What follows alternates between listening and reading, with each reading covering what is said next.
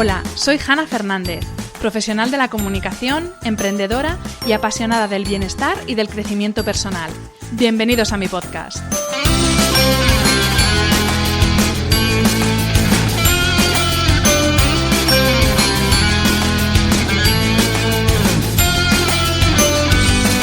En cada episodio encontrarás charlas con personas brillantes e inspiradoras que te van a dar las claves para reinventarte, ilusionarte, empoderarte y vivir por fin la vida que quieres.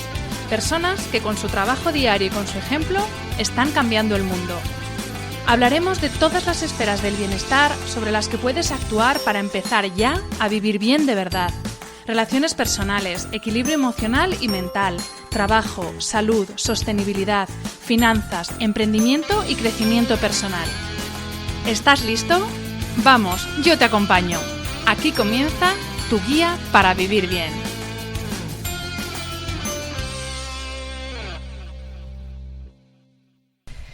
Bienvenidos a un nuevo episodio de este podcast. Hipócrates, médico griego, padre de la medicina moderna, dijo en el siglo III a.C. que toda enfermedad comienza en el intestino. Algunos lo llaman segundo cerebro, pero quizás deberíamos empezar a llamarlo primer cerebro, puesto que de su correcto funcionamiento depende la salud de todo nuestro organismo. El tema de este episodio del podcast es la microbiota. Nuestro cuerpo alberga más vida microbiana que células. Se encuentran principalmente en la piel, las membranas, las mucosas y sobre todo en el tracto gastrointestinal. Y es precisamente ahí, en el interior del intestino, donde la microbiota intestinal es capaz de llegar a determinar la salud y la enfermedad de cada individuo. Una población que puede llegar a pesar 2 kilos, más que nuestro propio cerebro.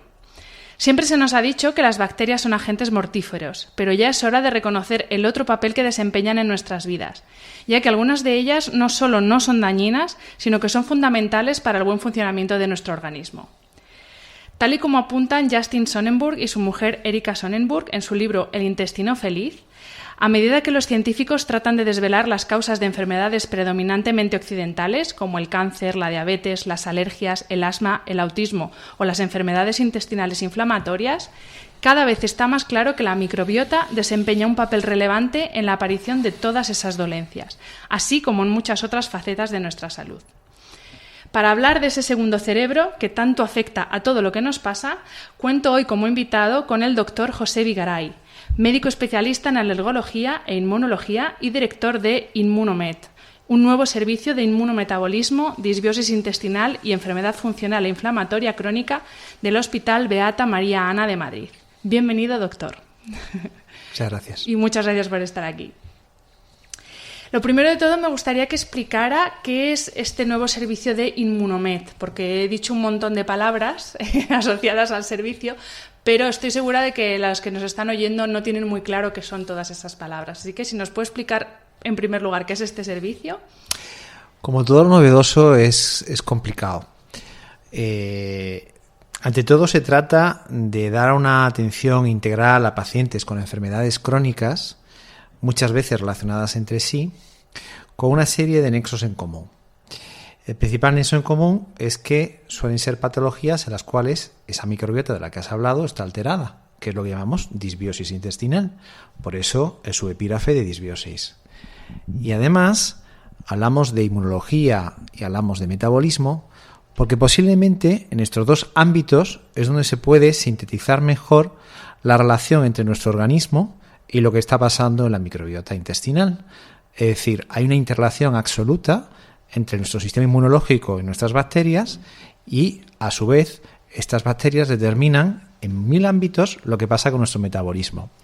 Entonces, Inmunomet evidentemente viene de inmunología y metabolismo.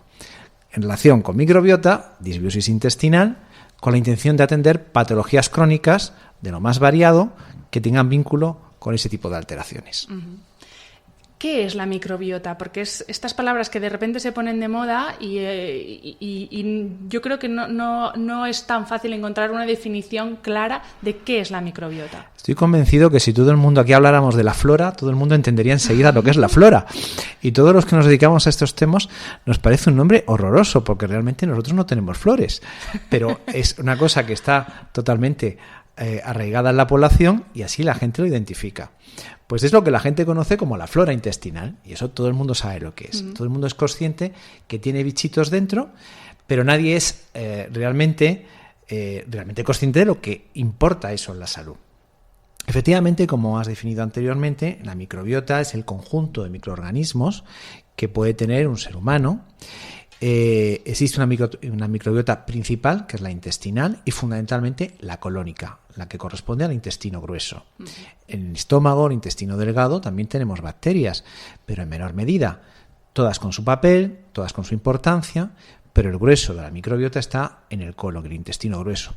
Eso es motivado porque la velocidad de tránsito, el ritmo del delgado es mucho más rápido que la del colon, que es mucho más lento y es por lo tanto mucho más fácil el desarrollo de un entorno bacteriano.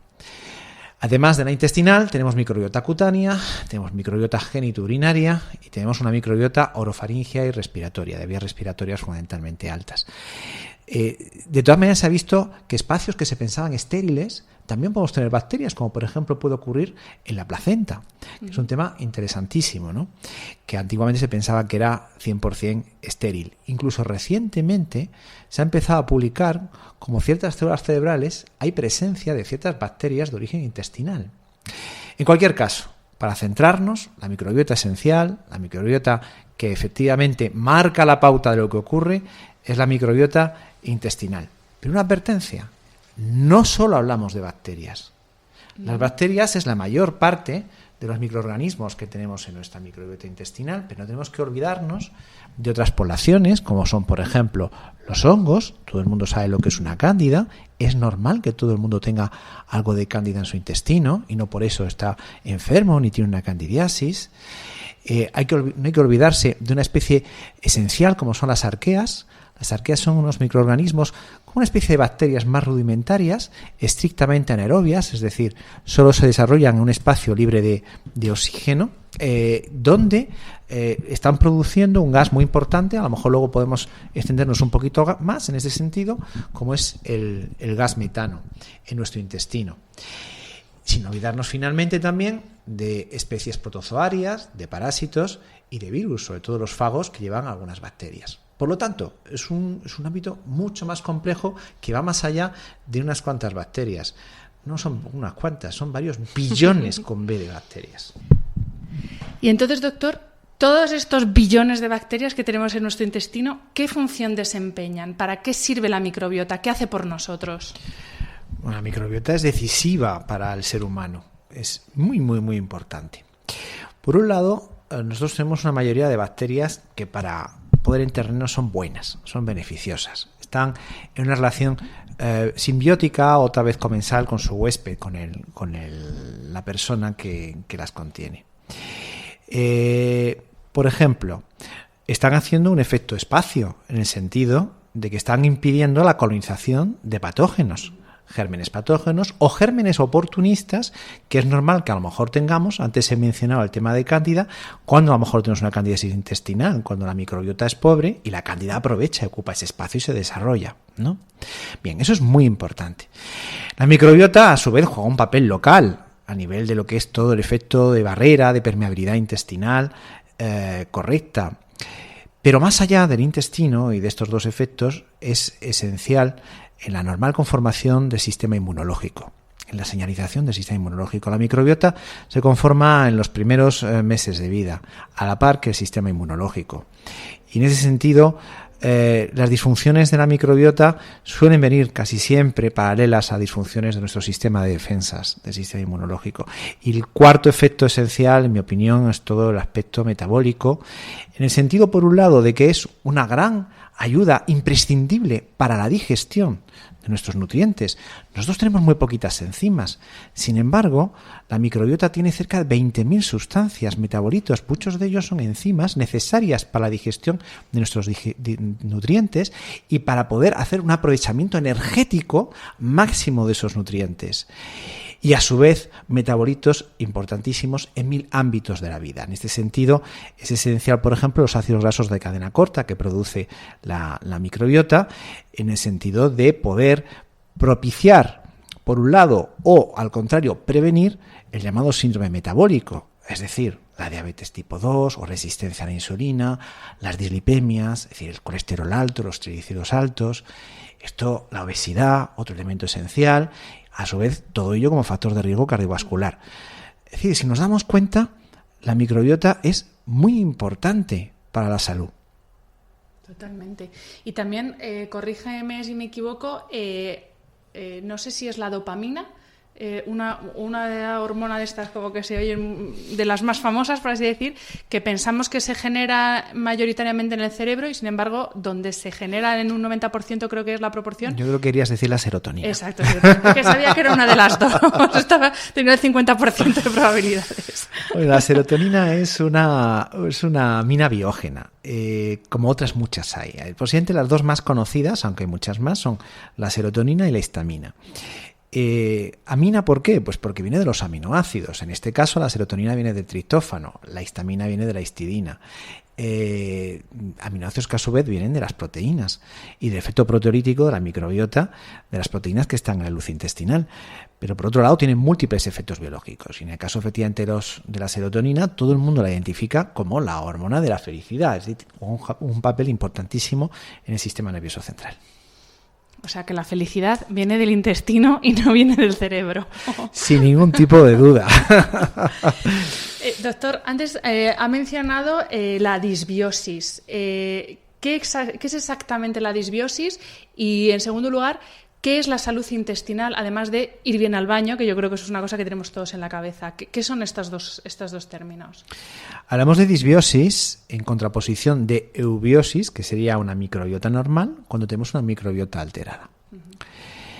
Claro, para eso tendríamos que ponernos de acuerdo en cuáles son los parámetros de una microbiota normal, cosa harto difícil, porque hay que entender que hasta el 30% de las especies bacterianas de nuestro intestino aún no somos capaces de identificarlas. Eso es un agujero negro en el conocimiento enorme. Por lo tanto, desde ese punto de vista, hablar de parámetros de normalidad es complicado. Se han definido lo que se llaman los enterotipos, es decir, como una especie de prototipos, de patrones de bacterias, de poblaciones bacterianas que estarían dentro de la normalidad. Prototipos distintos. Pongo un ejemplo. No tiene nada que ver el enterotipo normalmente de un africano con una dieta determinada, normalmente más rica en fibras, en semillas, que normalmente tiene dentro de un subgrupo, si no te importa, debe dar algún nombre técnico de vez en cuando. Dentro de los llamados bacterodetes, por ejemplo, pues esa población es muy rica, por ejemplo, una especie se llama Prevotella. En cambio, en el mundo occidental, donde comemos más grasas saturadas, mucha más proteína, hidratos de carbono, en este entorno, dentro de los bacteroidetes, la población mayoritaria son los bacteroides. Bueno, tenemos enterotipos de normalidad dependiendo, por ejemplo, de ese tipo de cosas, ¿no? Pero aún y con todo es muy difícil plantear esa idea. Yo me gusta introducir dentro de este planteamiento una idea un poquito revolucionaria, que es, a su vez, el concepto de lo que sería la propia alteración de la microbiota de cada individuo. No nos olvidemos que si hay varios miles de millones de habitantes en el planeta, hay miles de millones de microbiotas. Porque cada una es diferente. Cada microbiota es distinta. Uh-huh. Entonces, en este contexto, lógicamente, como te puedes imaginar, es muy difícil hablar de patrones de normalidad y habría que pensar cuál sería un poco las alteraciones dentro de interindividuo. Uh-huh. Evidentemente, hay cosas que están muy claras. Microbiotas pobres en especies o en número normalmente son caldo de cultivo para que entren oportunistas, haya grandes desequilibrios y al final efectivamente den lugar a enfermedad crónica. Lo que hablábamos de salud intestinal, posiblemente estamos hablando de lo que sería el tener efectivamente un patrón intestinal de normalidad, hablando en el ámbito estrictamente digestivo, en lo que se refiere tanto a la ausencia de sintomatología con la digestión y tener un ritmo intestinal correcto y adecuado. Pero está absolutamente y estrechamente relacionado con lo que estábamos hablando antes. Los pacientes que sufren problemas funcionales, casi siempre digestivos, casi siempre tienen alteraciones de su microbiota que a su vez dependen de la alimentación y de intolerancias y malabsorciones alimentarias. Realmente la malabsorción alimentaria y la disbiosis son las dos caras de la misma moneda porque casi siempre van unidas. La disbiosis genera malabsorción y la mala absorción alimentaria genera disbiosis, se retroalimentan mutuamente. Cuando decimos que la microbiota influye en el desarrollo de determinadas enfermedades, ¿a qué enfermedades nos referimos? O sea, ¿qué estudios científicos haya que demuestren que influye de una forma determinante en X enfermedades? Hay que ser muy claro y hablando en este plano científico, hay que decir que estamos en mantillas. Estamos en los principios de los principios y falta muchísima evidencia científica todavía. Es decir, por un lado, se están publicando continuamente estudios que relacionan ciertas alteraciones de microbiota con los excesos o déficit de ciertas especies y ciertas enfermedades crónicas, donde muchas veces se discute que es primero si una enfermedad crónica es responsable de la alteración de esa microbiota o al contrario. Cada vez las voces son más concordantes en el sentido que es lo segundo, es decir, que realmente la alteración de la microbiota juega un papel esencial en el desarrollo de esas enfermedades crónicas. ¿De qué enfermedades estamos hablando? Por supuesto, enfermedades en el ámbito digestivo, las llamadas funcionales que antes he mencionado, lo que todo el mundo reconoce como intestino o colon irritable sobre todo, y las enfermedades inflamatorias, las colitis microscópicas y sobre todo la enfermedad inflamatoria intestinal. En un contexto de disbiosis se produce inflamación al cambio de nuestra microbiota, los linfocitos, que son las células, los directores de orquesta del sistema inmunológico, que están en un 75% en torno al intestino, acuden a esa mucosa intestinal y pueden generar procesos inflamatorios, a veces muy extremos, donde hay como un componente de rechazo a la propia microbiota, dando lugar a procesos inflamatorios dentro del contexto de lo que sería una enfermedad inflamatoria intestinal, que la gente reconoce como sobre todo colitis ulcerosa o enfermedad de Crohn. Al margen del aparato digestivo, tenemos alteraciones en el ámbito inmunológico, como he mencionado anteriormente. Su sistema inmunológico se equivoca, es muy complejo. Es un sistema de muchas interrelaciones, también es un microcosmos como ocurre con la microbiota. Y tenemos tres grandes tipos de alteraciones inmunológicas. Aquellas en las cuales nuestro sistema de defensa se equivoca y nos ataca a nosotros mismos, están todas las enfermedades autoinmunes. Aquellos casos donde si se equivoca y ataca a cosas externas realmente inocuas, pero por error las ataca, y ahí tenemos las reacciones de hipersensibilidad y las alergias. Y luego tenemos aquellos casos donde el sistema inmunológico no es suficientemente competente para defendernos. Pacientes que tienen infecciones urinarias recurrentes o cándidas recurrentes. Bien, en este contexto, los procesos autoinmunes, los procesos alérgicos y de hipersensibilidad y aquellos problemas asociados a pérdida de competencia pueden estar relacionados, y es una línea de investigación esencial, con esa disbiosis intestinal.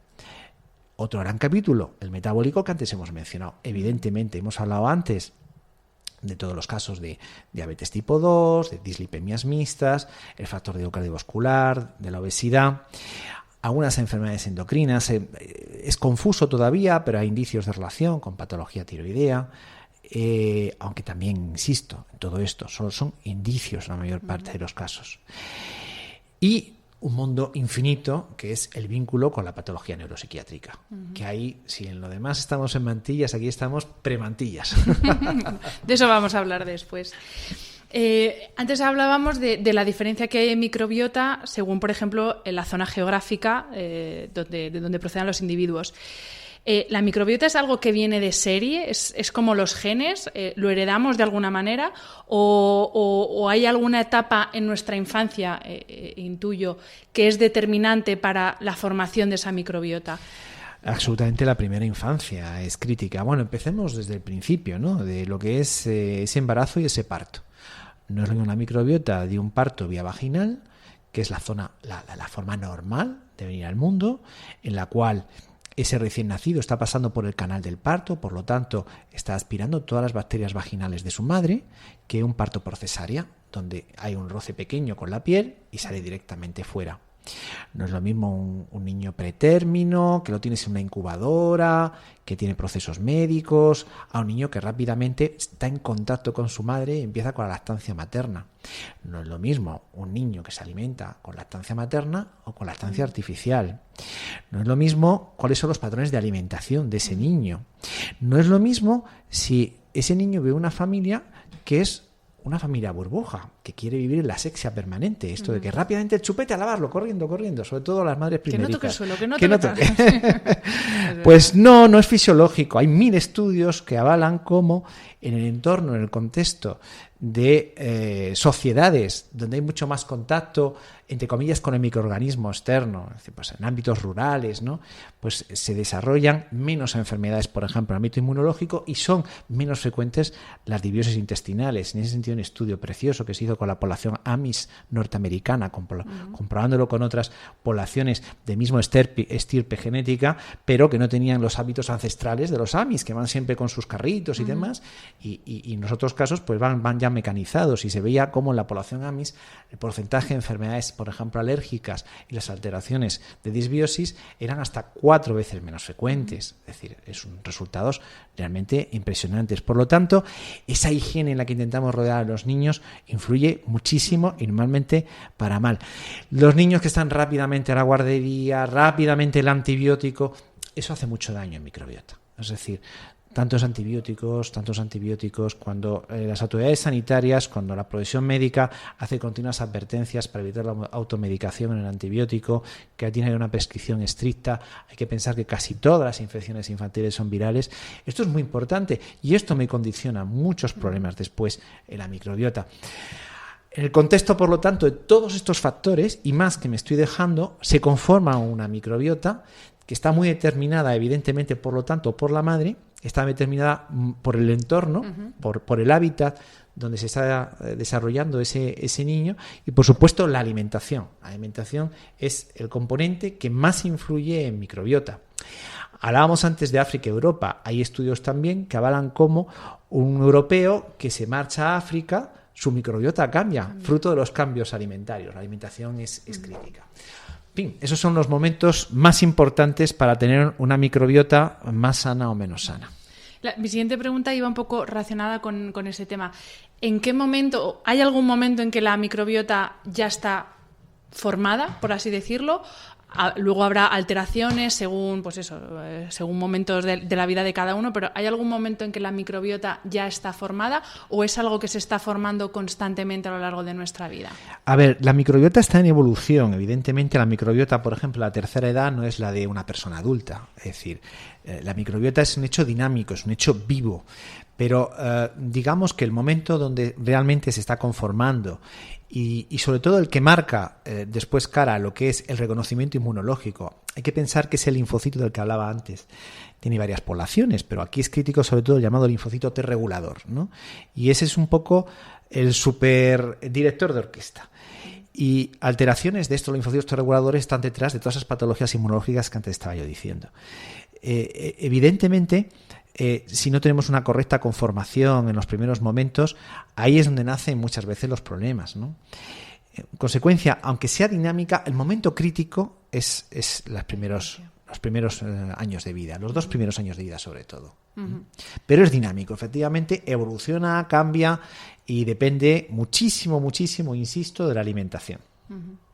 Y aparte de la alimentación, que entiendo que una mala alimentación daña nuestra microbiota, ¿cómo dañamos la microbiota? ¿Qué cosas hacemos día a día que nosotros no somos conscientes de que la estamos dañando? Bueno, yo creo que hay un pequeño matiz cuando decimos ¿qué es buena alimentación? Pues mire, pregunta que podemos introducir. Porque a lo mejor nos llevamos grandes sorpresas. Sí. Luego, si quieres, ampliamos más este tema. Pero luego, desgraciadamente, hay preguntas sobre determinados alimentos. Sí, bueno, pero por introducir un poco este planteamiento, esta idea. Es decir, desgraciadamente, los porcentajes de población afectada con problemas de malabsorción e intolerancia alimentaria en el mundo occidental son infinitos. Posiblemente más de la mitad de la población tiene algún problema en este sentido. Esos son millones de personas aquí en nuestro país, por ejemplo, ¿no? Entonces, la correcta alimentación tendría que ser aquella que de alguna manera se acopla a las circunstancias de absorción de cada persona, de cada paciente. A lo mejor estamos pensando que todos los días comiendo yo, por ejemplo, un diente de ajo, es divino, porque es un gran antibiótico, lo dicen por todas partes que es muy bueno, y estoy, por lo tanto, comiendo de cine. Y a lo mejor no. a lo mejor me estoy, entre comillas, envenenando todos los días con ese diente de ajo. Por eso quiero decir que en ese sentido tiene que haber la máxima individualización posible y evaluar si está indicado, porque hay alguna patología que justifique hacer esa evaluación, ese estudio, la existencia de una mala absorción e intolerancia alimentaria. Luego, evidentemente, los umbrales de absorción dependerán de si tenemos más o menos controlada esa disbiosis, y a su vez eso genera más o menos inflamación, que a su vez eso afecta más a los receptores y enzimas de los cuales depende esa absorción. Al final termina siendo un proceso circular, un círculo vicioso.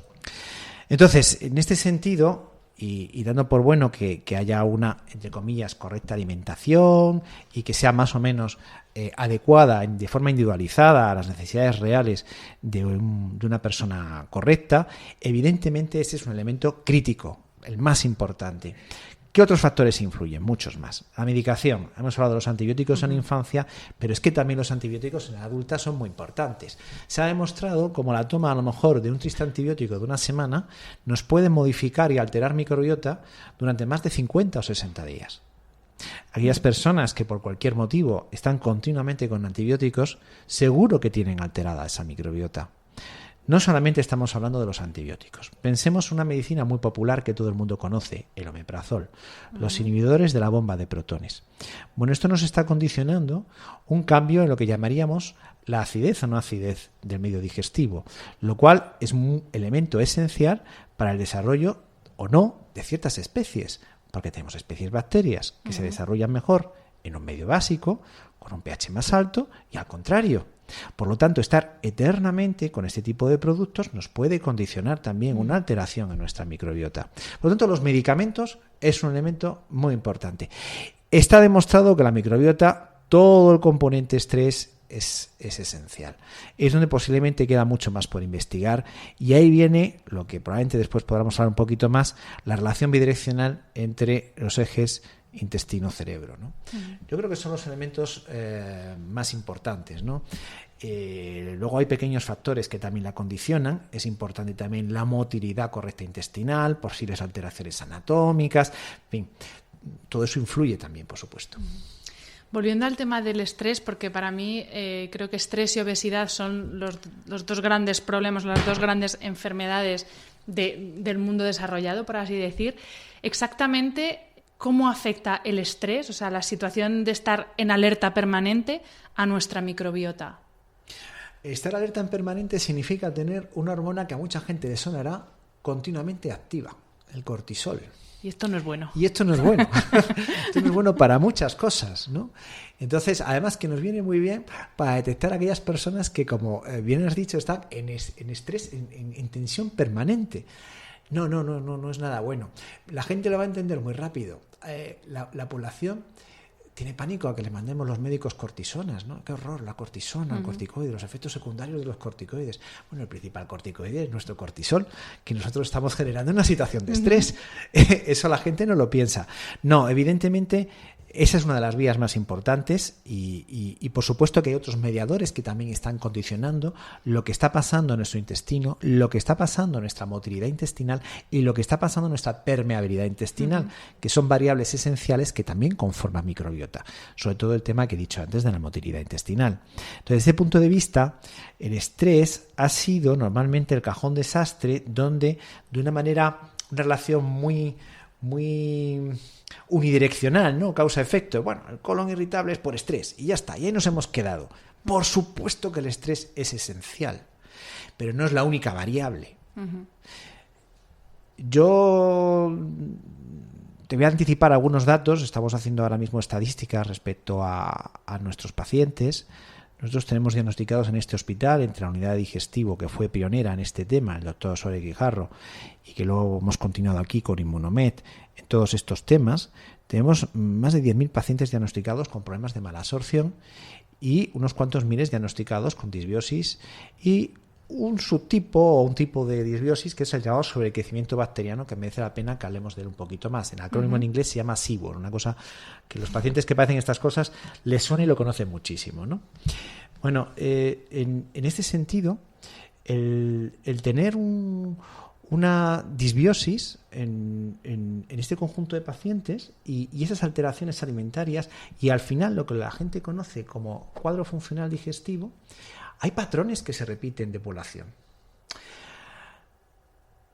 La mujer, sobre todo el sexo femenino, con problemas de ánimo, una depresión reactiva, una depresión endógena, sobre todo perimenopáusica, la hormona influye muchísimo, también es bidireccional la relación con las hormonas.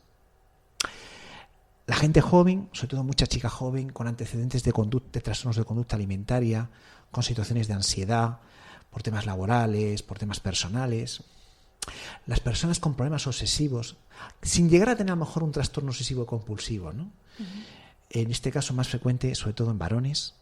Son 3 patrones que se repiten en muchísimos pacientes, sintomáticos, porque luego tengo otros muchos pacientes que no tienen estos cuadros funcionales digestivos, que sí tienen mala absorción, que sí tienen alterada microbiota, que a lo mejor tienen otras patologías, pero no tienen síntomas digestivos.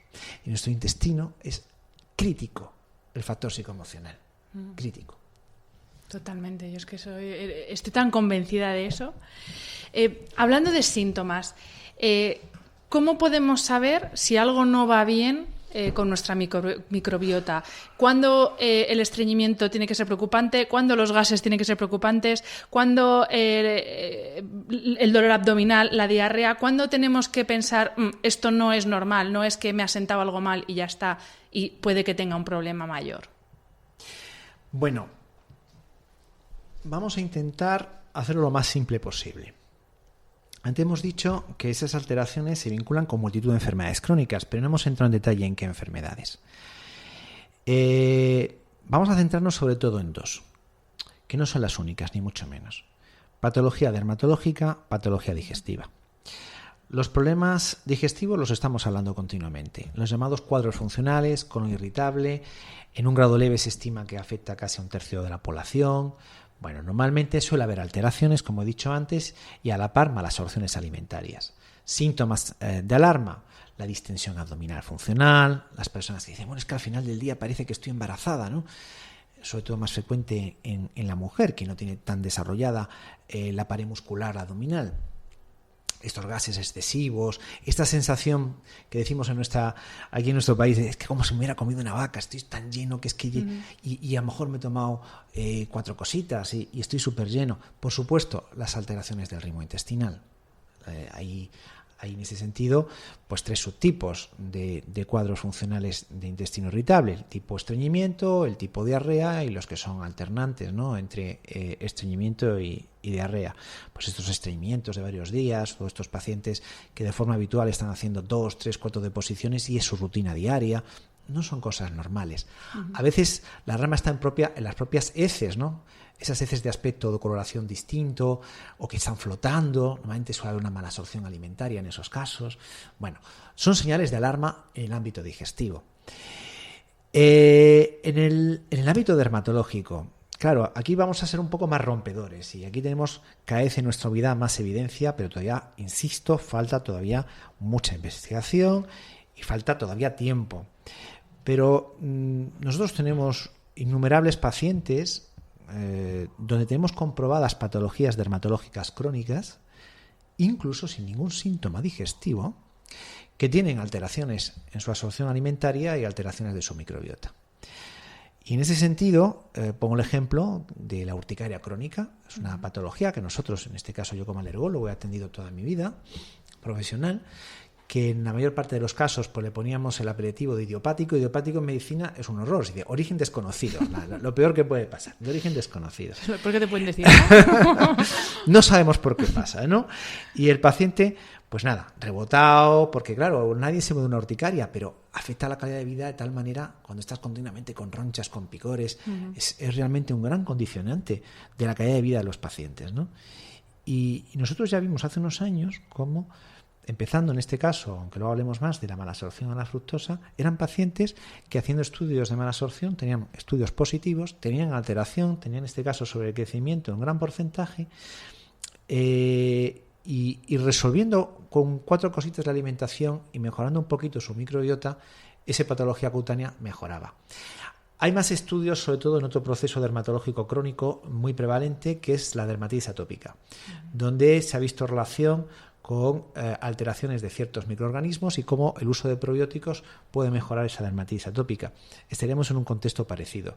Pero es que esto lo podemos ir extendiendo a más patologías. La dermatitis seborreica. Esa gente que tiene tantas caspas en el cuero cabelludo, ¿no? O que tiene esta dermatitis interciliar o periciliar, o en el surco nasogeniano, ¿no? Sobre todo cuando están estresados. Bueno, hay una relación, en este caso, muy clara. O incluso en un proceso crónico de la piel como es la psoriasis. En el fondo hay algunos conceptos dentro del ámbito de la dermatología que hablan del concepto de la sebosoriasis. En un extremo tenemos la dermatitis seborreica, en otro concepto, en otro extremo tendríamos la psoriasis, pero son procesos hasta cierto punto emparentados. Bueno, son grandes patologías muy prevalentes, muy frecuentes y que tienen que servirnos de alarma de que probablemente tenemos también algo alterado en nuestro intestino. Si empezamos a hablar de otras patologías, pues en plan muy telegráfico te menciono algunas, como puede ser, por ejemplo, el síndrome ovario poliquístico, por ejemplo, la migraña, por ejemplo, los cuadros, que no estamos hablando casi nada musculoesqueléticos, los problemas de fibromialgia, los pacientes de fatiga crónica, en un porcentaje significativo, porque son pacientes o son cuadros un poco cajón, ¿no? Donde puede haber muchos orígenes todavía no comprobados y probablemente se trata de procesos multifactoriales, donde a su vez el componente psicoemocional es crítico, pero en un porcentaje altísimo tenemos problemas también en el ámbito alimentario y de alteración de la microbiota. Bueno, yo creo que si te das cuenta, repasamos todas las patologías que te he mencionado. Bueno, nos olvidamos de la alergia, no hablemos de procesos eosinofílicos, no hablemos de procesos ya en el ámbito neurológico como puedan ser a lo mejor neurodegenerativos, que estamos, insisto, súper en mantillas, pero todo esto que estoy diciéndote, que además muchos pacientes que nos escuchen se verán identificados, pero es que a mí me pasa esto, es que yo tengo alergia, y yo tengo dermatitis, y yo tengo migraña, y yo tengo mal el intestino, y todos estos pacientes casi con total seguridad tienen un problema de disbiosis versus, recuérdate, la moneda, las dos caras de la moneda, mala absorción alimentaria. This episode is brought to you by Etsy. Oh. Hear that? Okay. Thank you. Etsy knows these aren't the sounds of holiday gifting. Well, not the ones you're hoping for. You want squeals of delight. Happy tears. How did you? And spontaneously written songs of joy. I am so happy. Oh yeah, oh yeah, oh yeah. Okay, the song needs a bit of work, but anyway, to get those reactions, make sure everyone on your list feels heard with handmade, handpicked, and designed gifts from small shops on Etsy. Gifts like personalized jewelry, custom artwork, cozy style items, vintage pieces, and home decor to celebrate all of your favorite people and their specific kind of special. For original gifts that say, I get you, Etsy has it. Antes ha mencionado las heces y yo es algo de lo que quería hablar porque es un tema que todavía sigue siendo tabú. Hablar de la caca. De hecho, hay un libro que yo lo recomiendo, lo he estado leyendo, que se titula Conozca su caca, y en él los autores hablan de cómo nos fijamos, pues tenemos un hijo, oda a la caca del bebé, y entonces la observamos, la vemos, se la enseñamos al otro. Yo que no tengo hijos pero tengo perro, lo mismo, o sea, observas bien, está sana, tal, pero sin embargo, como ahora es tan fácil tirar de la cadena, no observamos cuando vamos al baño nosotros. ¿Cómo podemos saber si nuestras deposiciones son de buena calidad? Antes has dicho un par de cosas, pero es que creo que esto es súper importante porque yo creo que es la forma más fácil de ver, de saber si tenemos algún problema intestinal. Bueno, lo he mencionado entre las señales de alarma, es decir, ¿de qué tenemos que fijarnos? Pues sobre todo en alteraciones en la coloración, que es un elemento importante. La coloración muchas veces depende, por supuesto, de nuestra microbiota y los metabolitos y los pigmentos que se están generando en nuestra microbiota. Es un elemento crítico, no solamente en nuestra microbiota, por supuesto, hay todo el tema del metabolismo biliar y la acción de las sales biliares es esencial, por supuesto que sí. La consistencia y la variabilidad de la consistencia.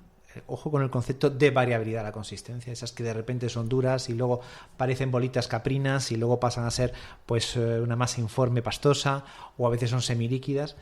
El tema de consistencia y la variedad de la consistencia. El tema que floten, que lo he comentado anteriormente, y luego a veces, y es importante, es importante valorar si tiene algún elemento patológico asociado, es decir, la presencia de moco, que es bastante frecuente en situaciones de disbiosis y de inflamación a nivel intestinal, o la presencia, que puede ser ya de alarma, de otras cosas más importantes, de restos hemáticos, lógicamente. Hombre, la causa más frecuente de restos hemáticos es la existencia de hemorroides, pero puede ocultar patología inflamatoria o oncológica a nivel del colon, y por lo tanto, desde ese punto de vista es esencial verlo también. Por lo tanto, yo creo que si hay que fijarse en eso, es en todo eso. Y no hay que tenerle miedo, ni pudor, ni pavor a las cacas, porque yo hace unos años estaba en un congreso de mi especialidad y escuché la conferencia de un gran compañero, gran profesional y buen amigo, el doctor Quirce, es el jefe de departamento de alergia de La Paz, y me dejó muy grabado cuando decía: alguna vez curaremos el asma con las cacas. Claro, la incredulidad del auditorio de alergólogos te la puedes imaginar, ¿no? ¿Cómo es esto posible, no? Bueno, el doctor Quirce y algunos que nos hemos metido en estas cosas sabemos perfectamente lo que estamos hablando. Hoy día ya es una realidad para ciertas patologías el tratamiento con trasplante de cacas. Y ya existen además los bancos de cacas para trasplantes, se supone, de cacas sanas, en el contexto de lo que estábamos hablando de microbiota sana. Y esto está indicado, evidentemente, para un proceso, está indicado para la infección por un bichito que se llama Clostridium difficile, que está muchas veces asociado al consumo de antibióticos. Bien, aquí está indicado, hay experiencia en nuestro país, hay servicios públicos, por ejemplo, el servicio digestivo con colaboración del servicio de enfermedades infecciosas del Hospital Ramón y Cajal, que están trabajando en este ámbito, y no solamente el Ramón y Cajal, hay otros hospitales públicos que están dando sus primeros pasos en este sentido.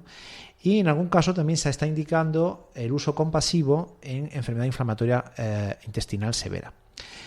Pero ya se empieza a apuntar como en un medio, probablemente largo plazo todavía, porque todavía queda mucho recorrido, trataremos muchas patologías crónicas y tal vez nos llevemos la sorpresa más allá que el ámbito digestivo con trasplante de cacas. Y evidentemente, vuelvo a insistir, son ideas de estudio, desarrollo. Yo conozco a algún paciente que brujulea por internet y ya se ha hecho sus autotrasplantes, que ya ha contactado con alguna empresa inglesa que lo hace. Yo siempre en ese sentido creo que hay que ser prudente, muy prudente. Evidentemente esto es muy importante, pero me parece aventurado todavía plantearlo como una terapia para resolver este tipo de alteraciones a día de hoy.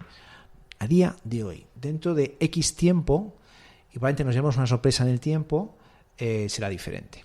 Hay que ser prudente, pero yo siempre digo que hay que estar abierto a la posibilidad. Así que, bueno, es una vía, y es que en mi oficina se ríen mucho porque yo les hablo de las cacas y digo, es que tenéis que observar, porque es que es vuestra salud, ¿no? Para mí es como un síntoma de la salud interna de cada uno. Pero bueno, allá cada uno. Hemos hablado también, o has mencionado antes, el tema de las intolerancias y las alergias a determinados alimentos. En los últimos años estamos viviendo un boom, que yo ya no sé si es autodiagnosis o exceso de diagnóstico por parte de los profesionales. Pues eso, alergias al gluten, intolerancias a la lactosa, la fructosa. ¿Realmente es tan alto el número de personas que sufren este tipo de alergias e intolerancias? ¿O es como, bueno, se me hincha la tripa, no sé qué es, pues voy a dejar de comer gluten? Bueno, vamos a ver. Aquí, si me permites, me voy a extender, más de lo que me estoy extendiendo. Por supuesto. Vamos a ver. Primero, distingamos intolerancia y alergia. Tendemos a confundirse, la población tiende a confundir ambos conceptos. Son dos cosas distintas, claramente distintas. La alergia es una reacción mediada por el sistema inmunológico, como os he dicho antes, que reconoce como extraño algo inocuo. En este caso sería un alimento. Las alergias alimentarias afectan aproximadamente a un 7-8% de la población en nuestro medio, es decir, un porcentaje altísimo. El patrón de alimentos que suele afectar puede ser distinto en la infancia y en las edades adultas. En la infancia, sobre todo la primera infancia, las cosas más frecuentes son la alergia a la leche, proteínas de la leche y la alergia al huevo. Y hago hincapié en la palabra proteína porque la alergia se tiene frente a proteínas. Bien, en las edades adultas, la causa más frecuente de alergia aquí en el contexto del mundo mediterráneo es una proteína llamada LTP, que es una proteína de defensa del mundo vegetal. al cual estamos agrediendo con tanto fitosanitario, tanta química y demás. En la fruta se defiende, lógicamente, y en la piel de la fruta se expresa esta proteína que es altamente alergénica. Esto puede ser causa de reacciones agudas, a veces muy severas, de riesgo vital, lo que haremos una anafilaxia o un shock anafiláctico, en el cual realmente la vida de un paciente corre riesgo. En ese sentido, en estos casos, las trazas son esenciales evitarlas, porque son capaces de generar reacción alérgica. En ocasiones, el que se desarrolle una reacción alérgica depende de un cofactor, tal como el ejercicio, tal como el estrés o tal como la toma de un antiinflamatorio, que hace que cuando coincidan los dos factores, por ejemplo el ejercicio y la toma de ese alimento, nos dé reacción. Si lo tomamos solo, a lo mejor no nos pasa. Tenemos múltiples casos en este sentido, sí, porque de alguna manera baja el umbral a partir del cual se desencadena esa reacción alérgica en un paciente sensible a la proteína de un alimento concreto. El mundo de la alergia a alimentos es espectacular. Sería para dedicarnos prácticamente una sesión continua nada más dedicada a ese tema. La relación que tienen entre sí, los panalergenos, la relación con alergias ambientales, las reacciones cruzadas curiosísimas que existen, las estrategias futuras desde el punto de vista terapéutico. Llevamos unos años trabajando en la inducción de tolerancia a alergia a leche y huevo, que es una especie de inmunoterapia oral, partiendo de cantidades mínimas de leche o bien de huevo en niños alérgicos, normalmente a partir de los 5 años, cuando se suele indicar, y al final ese paciente sigue siendo sensible, pero induces que tolere ese huevo, esa leche, y por lo tanto le quitas el riesgo a la madre de que por una transgresión inadvertida, una fiesta de amiguitos y demás, tenga un susto que se agrave. Todo eso se muda. Bueno, y no quiero dejar de mencionar una cosa. Se acaba de publicar recientemente la investigación de aquí, en la cual está participando el Hospital Clínico de San Carlos, Hospital Ministerio de San Carlos de Madrid, y investigación que ha estado haciendo todo el trabajo de campo y que ha estado desarrollando una alergóloga que está ahora con nosotros en nuestro equipo, la doctora Verdú, una excelente profesional en el desarrollo de una inmunoterapia pionera frente a la alergia al cacahuete, que hable con vacuna, que abre un camino nuevo futuro para la posible curación de ciertas alergias alimentarias que hasta ahora no teníamos cura, nada más que la evitación. Dicho todo esto respecto a la alergia, hablemos ahora de la intolerancia. La intolerancia alimentaria es lo que se produce, o el efecto clínico indeseable, como la consecuencia de tomar un alimento, habitualmente en el ámbito digestivo. Son pacientes que al tomar un alimento pues tienen los síntomas que estábamos hablando antes. Se sienten con el estómago muy pleno, se sienten a veces con dolor, tienen cólico, tienen diarrea, hinchados, con muchísimos gases, con eructos. Bueno, suele ser normalmente, y el concepto tradicional ha sido el de clínica digestiva. Vamos a complicar un poco más las cosas. Concepto intolerancia versus concepto malabsorción. Hablamos de intolerancia, efectivamente, cuando tenemos una respuesta clínica frente a un alimento. Y hablamos de malabsorción cuando evidenciamos en una prueba objetiva de malabsorción, que ahora me extenderé, que tenemos una malabsorción con un resultado positivo. Centrándonos en estos cuadros de intolerancia, los cuadros principales que generan, los agentes principales que generan los problemas suelen ser azúcares. En ese sentido, los hidratos de carbono que más nos afectan son sobre todo la fructosa, que es un monosacárido y que su absorción depende de un receptor muy concreto que está en la célula intestinal, en el enterocito, que se satura con gran facilidad. Receptor que viene afectado por el alcohol de azúcar de la fructosa llamado sorbitol, que desgraciadamente la industria alimentaria lo mete por todas partes y por lo tanto vivimos saturados siempre de sorbitol y de fructosa. Y luego tenemos las intolerancias a azúcares por déficits enzimáticos. El más conocido, de la lactosa, por déficit de la lactasa, pero no es el único. Tenemos también, por ejemplo, el problema de la intolerancia a la sacarosa, el azúcar común, por déficit de sacarasas, y hay muchos más. Pero vamos, los más frecuentes y comunes son el de lactosa y fructosa. ¿Qué porcentajes de población tienen problemas con estos azúcares? Bueno, se ha estimado tradicionalmente que la lactosa estaba en la población mediterránea en torno al 20%. El gluten, que lo has mencionado de pasada, pues el gluten, en nuestra opinión, creemos que está sobredimensionado. Efectivamente, todo el mundo se ha creado tal bola social, alarma social con el tema del gluten, con lo que se ha publicado, con famosos que se quitan el gluten y rinden mejor deportivamente, etcétera, etcétera. Que bueno, ya todo el mundo piensa, pues estoy malo, me quito el gluten. Y eso además ha sido, desgraciadamente, ahondado pues por criterios de algunos profesionales en el ámbito de la medicina, en el ámbito de la nutrición, o a veces en ámbitos paramédicos, que es peor todavía, que directamente, sin ningún criterio, sin ninguna prueba, han recomendado a sus pacientes, pues quítese usted el gluten. Y normalmente el paciente se quita el gluten y mejora, sobre todo de una forma transitoria suele mejorar. Pero no nos olvidemos que una de las principales fuentes de fructosa es el trigo. No nos olvidemos que la intolerancia a la fructosa no es solamente el concepto fructosa, es el concepto de los llamados polioles. Antes he mencionado el sorbitol, pero hay muchos más alcoholes de azúcar, que también hay problemas de malabsorción en estos pacientes, y los fructanos, que son cadenas largas de fructosa.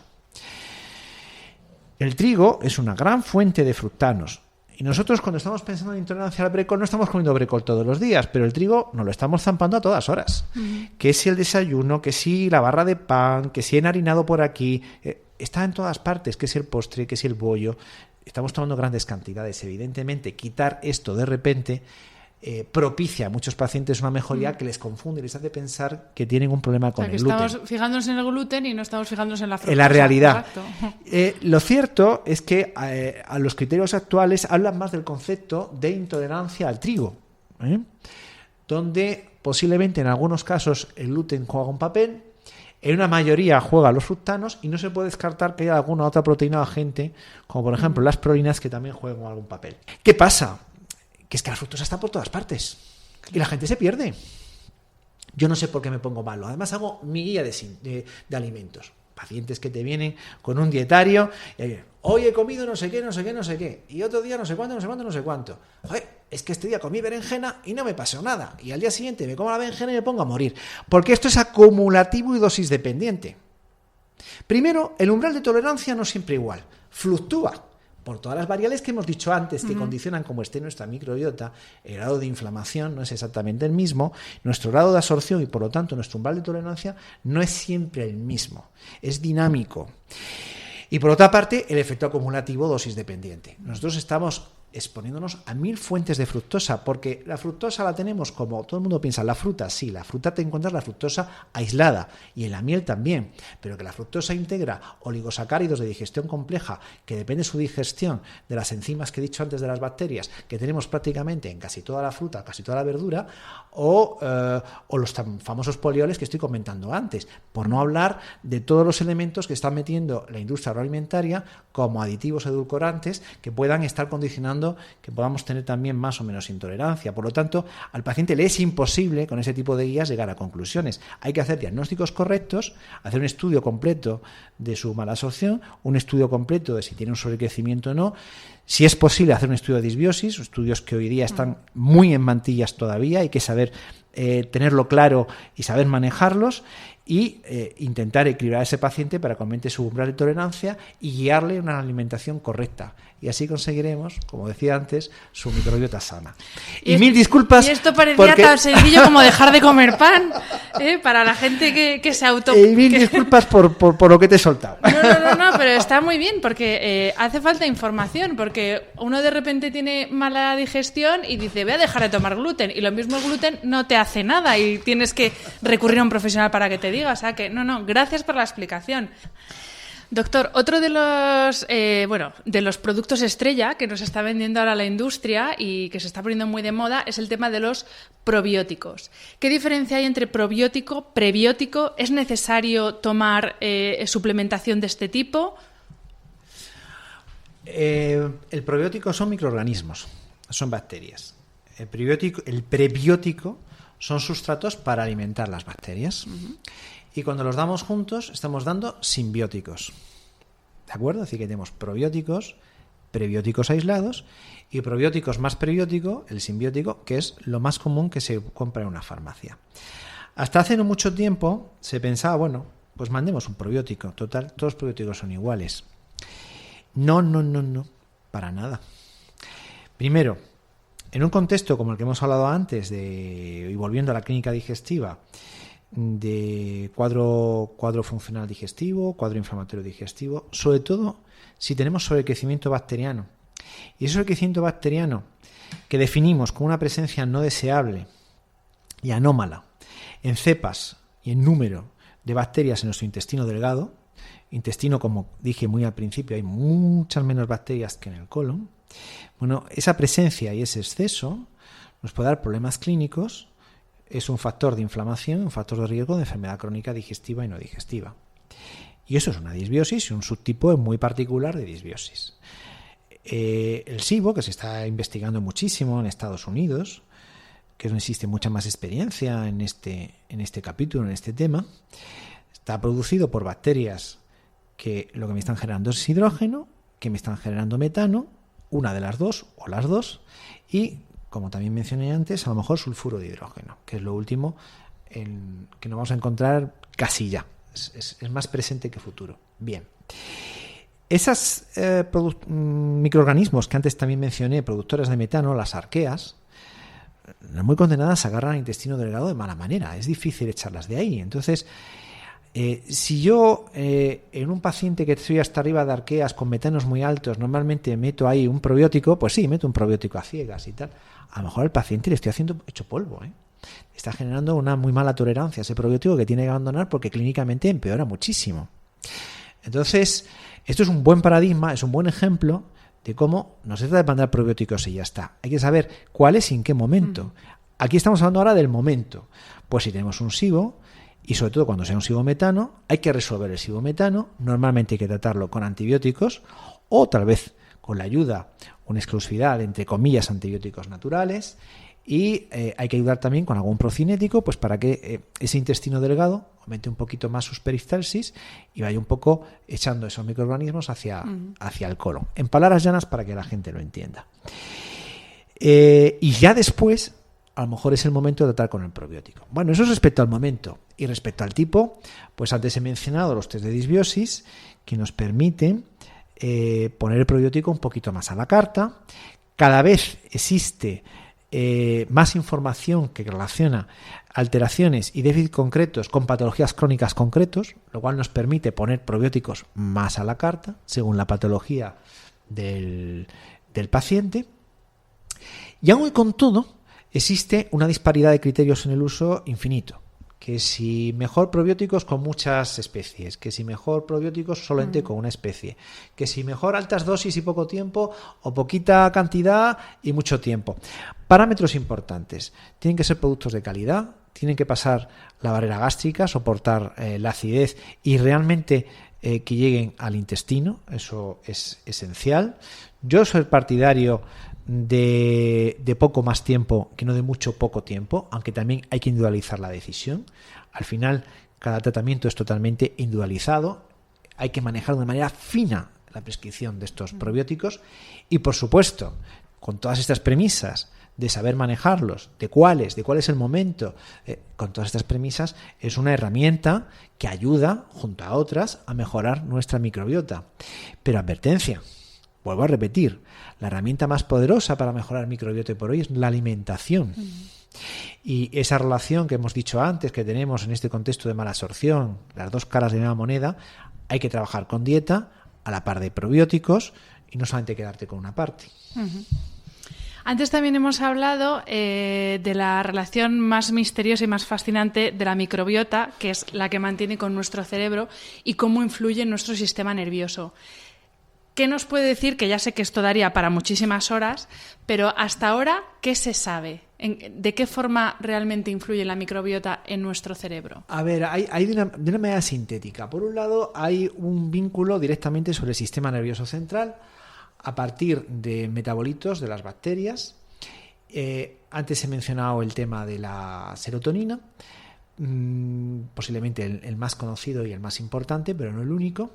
Pero desde el momento que se empiezan a descubrir la presencia de propias bacterias que por traslocación probablemente están llegando al intestino, hay una influencia directa. En este sentido, juega un papel también esencial la permeabilidad del intestino. Y yo tengo un intestino permeable, concepto que no hemos mencionado y aprovecho para meter la pequeña cuña. Es decir, hablamos de permeabilidad cuando el efecto barrera normal que tiene que hacer una mucosa intestinal indemne para evitar el paso de precisamente todos estos microorganismos al torrente circulatorio y de sus metabolitos o de otras cosas provenientes de la alimentación, que pueden ser a lo mejor toxinas, que pueden ser a lo mejor xenobióticos, pues a lo mejor productos químicos que van adheridos a lo que estamos comiendo, como pueden ser partículas de plástico o muchas cosas más, alergenos también. Bueno, cuando el intestino se inflama y cuando el intestino no hace esa función barrera porque las uniones entre los enterocitos están abiertas, en ese caso hablamos de que tenemos permeabilidad, que es una realidad en un contexto que estoy hablando de mala absorción, intolerancia y disbiosis intestinal. Bien, hay test que nos pueden permitir de forma directa confirmar que tenemos permeabilidad o sugerir de forma indirecta que tenemos permeabilidad intestinal. En este contexto, la translocación bacteriana puede que juegue un papel más importante del que imaginamos, porque evidentemente, ¿qué ocurre con esas bacterias que están pasando en nuestro torrente circulatorio? Por un lado hay un efecto claro, ya estamos sobrecargando nuestro hígado, no hemos hablado del hígado, es un tema también esencial en toda esta historia, la circulación enterobiliar, enterohepatobiliar que se produce, todo lo que esa fábrica de limpiar, que es el hígado, luego de alguna manera lo estamos revirtiendo a través de la bilis en nuestro intestino. Entonces, es un elemento muy importante. Pero como estaba diciendo, la existencia de permeabilidad es una de las vías por las cuales pueden pasar sustancias, pueden pasar metabolitos, pueden producirse translocación de microorganismos que puedan afectarnos al sistema nervioso central. Pero no todo es el sistema nervioso central. También hay una interacción, por ejemplo, sobre todo el sistema vagal. El sistema vagal es, en medicina lo conocemos como dentro de lo que llamamos los sistemas nerviosos autónomos, en este caso el parasimpático. Y este tipo de sistemas están regulando 1000 funciones que no somos conscientes, que se están produciendo continuamente, como puede ser a lo mejor temas como la sudoración, por poner un ejemplo, ¿no? O las sensaciones de temperatura, etcétera. Bueno, muchos pacientes en este contexto también tienen una alteración promovida o provocada por una disbiosis intestinal. Entonces tenemos efectos sobre el sistema nervioso en su conjunto, el sistema nervioso central y también el sistema nervioso autónomo. Ni que decir tiene ejemplos, voy a poner 2, con enfermedades concretas, como por ejemplo puede ser el posible vínculo que antes he mencionado con la migraña, una patología superlimitante para muchísimos pacientes, o patologías mediadas por mecanismos inmunológicos que también nos puedan afectar al sistema nervioso central. Y bueno, ha sido noticia hace pocos días casos desgraciados como el de alguna persona que puede tener un riesgo vital cierto, la esclerosis múltiple, ¿no? Es un proceso también de mecanismo inmunológico, de proceso autoinmune, ¿no? Es decir, metabolitos, mecanismos inmunológicos, acción directas bacterianas, sistema simpático, parasimpático, es decir, sistema nervioso autónomo, sistema nervioso central. Son muchos los canales de interacción y un mundo infinito para investigación. Es decir, una de las grandes líneas ahora mismo de investigación entre disbiosis y enfermedad crónica es precisamente la relación con grandes patologías en el ámbito neurológico y, amplío ahora, neuropsiquiátrico. No puedo dejar de olvidarme los vínculos con los trastornos del espectro autista, los TEA, donde cada vez hay más evidencia y más publicaciones, o incluso con procesos en el ámbito psiquiátrico como puede ser la depresión. Donde evidentemente, como ya he dicho antes, son pacientes que suelen ser los más sintomáticos en el ámbito digestivo y los que suelen venir a nuestras consultas. O qué decir tiene, por ejemplo, la relación con los trastornos de conducta alimentaria. Al menos lo que sí tengo claro es como unos principales antecedentes de nuestros pacientes el haber padecido algún problema de conducta alimentaria, ¿no? En este caso, evidentemente, eso ha condicionado cambios de hábitos y cambios de microbiota con total seguridad. Bueno, como decías, podríamos estar cada una de estas patologías extendiéndonos eternamente, ¿no? Pero sí quiero dar un toque de atención. Se está investigando mucho, es un campo muy prometedor, pero estamos, y lo he dicho como varias veces durante toda esta entrevista, porque quiero que es un mensaje que se quede grabado. Nos falta todavía mucha evidencia científica. Hay que tener la mente abierta. Hay que seguir investigando en esta línea. Nos vamos a encontrar cada vez más evidencia con total seguridad, pero estamos todavía en un porcentaje ridículo respecto a lo que se necesita, tal como yo entiendo que funciona la medicina hoy día, que es la medicina basada en la evidencia. Y evidentemente cuando entras en un tema tan pionero, rozas todo ese tipo de cuestiones. Hay que ser siempre muy cuidadoso, muy delicado y siempre huir de todo lo que pueda ser paramédico o paracientífico. Por ejemplo, por poner un ejemplo, estos análisis de intolerancia de 200 alimentos que se venden como churros, como gran negocio, que no valen absolutamente para nada, que suelen decir casi siempre las mismas cosas y que además ponen lógicamente el hincapié en estas cosas que ya he dicho que suelen afectar a la mayoría, como el trigo, como la lactosa, como algunos azúcares, ¿no? y al final el paciente pues nota mejorías objetivas. Pero por favor, acudir siempre a profesionales que conozcan estos temas, que sean expertos. Desgraciadamente estamos muy poquitos todavía en este ámbito. Yo creo que aquí se necesita, y volviendo a lo que es la idea y el concepto de Inmunomed, el apoyo multidisciplinar, el trabajo en equipo de distintos especialistas vinculados, como pueda ser la endocrinología, la nutrición, por supuesto digestivo, gastroenterología, por supuesto la neurología, la psicología, la neuropsicología, la alergología, la medicina interna, la inmunología clínica, y te he hecho un repaso de todas las especialidades que forman Inmunomed. No, y me viene fenomenal este repaso para terminar esta entrevista, porque ya lo hablamos con otro doctor, el doctor Macías, que estuvo en el episodio 5 de este podcast, y hablábamos un poco de hacia dónde va la medicina, que es hacia entender al paciente como un todo y no como, en este caso, pues como un colon, una urticaria, sino entenderlo de una forma holística y como un todo interrelacionado. Y creo que después de este episodio tan alucinante, creo que queda más que demostrado que, yo creo, no sé si es tu opinión igual, que el futuro de la medicina va hacia eso, encaminado a entender al paciente como un todo. Absolutamente de acuerdo. Nosotros no somos diferentes compartimentos y podemos analizar un único compartimento olvidándonos de lo demás. Nosotros no somos un aparato respiratorio con patas, ni un aparato digestivo con patas, ni un cerebro con patas. Nosotros somos un conjunto, una unidad de soma, cuerpo y psique, además. Y en ese soma participa además un huésped de repente invitado que no sabíamos que lo teníamos, que es la microbiota. Y todo está evidentemente en interrelación. Y evidentemente, si queremos resolver los problemas de nuestros pacientes, tenemos que hacerlo con esta mentalidad de integración y holística. Ojo, eso no significa, y yo quiero también hacer ahí un pequeño hincapié, un pequeño inciso, que todo se resuelve en el ámbito de la llamada medicina integrativa. Porque la medicina integrativa tiene buenas ideas, pero yo creo que le falta todavía, como insisto y reinsisto, mucho elemento de fundamento científico. En este ámbito sí creo en el equipo multidisciplinar, con mentalidad holística, con colaboración, intentando abordar conjuntamente entre todos los problemas de los pacientes. Aquí, en este caso, en nuestra unidad hemos decidido que sea el alergólogo un poco el director de orquesta, porque nuestra especialidad sí se caracteriza por algo, es una visión global del paciente.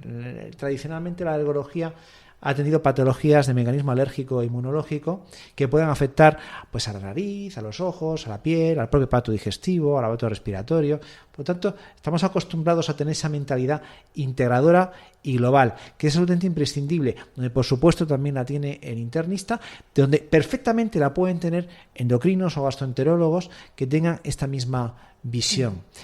Por lo tanto, sí. Es decir, medicina holística, el paciente, el conjunto de sus procesos médicos, el psique, el soma, y no solamente la visión reduccionista de una enfermedad y ya está. Pues así lo dejamos. Muchísimas gracias, doctor. Ha sido un placer y muchas gracias a todos los que nos habéis escuchado y nos vemos en el siguiente episodio. Chao. Muchas gracias.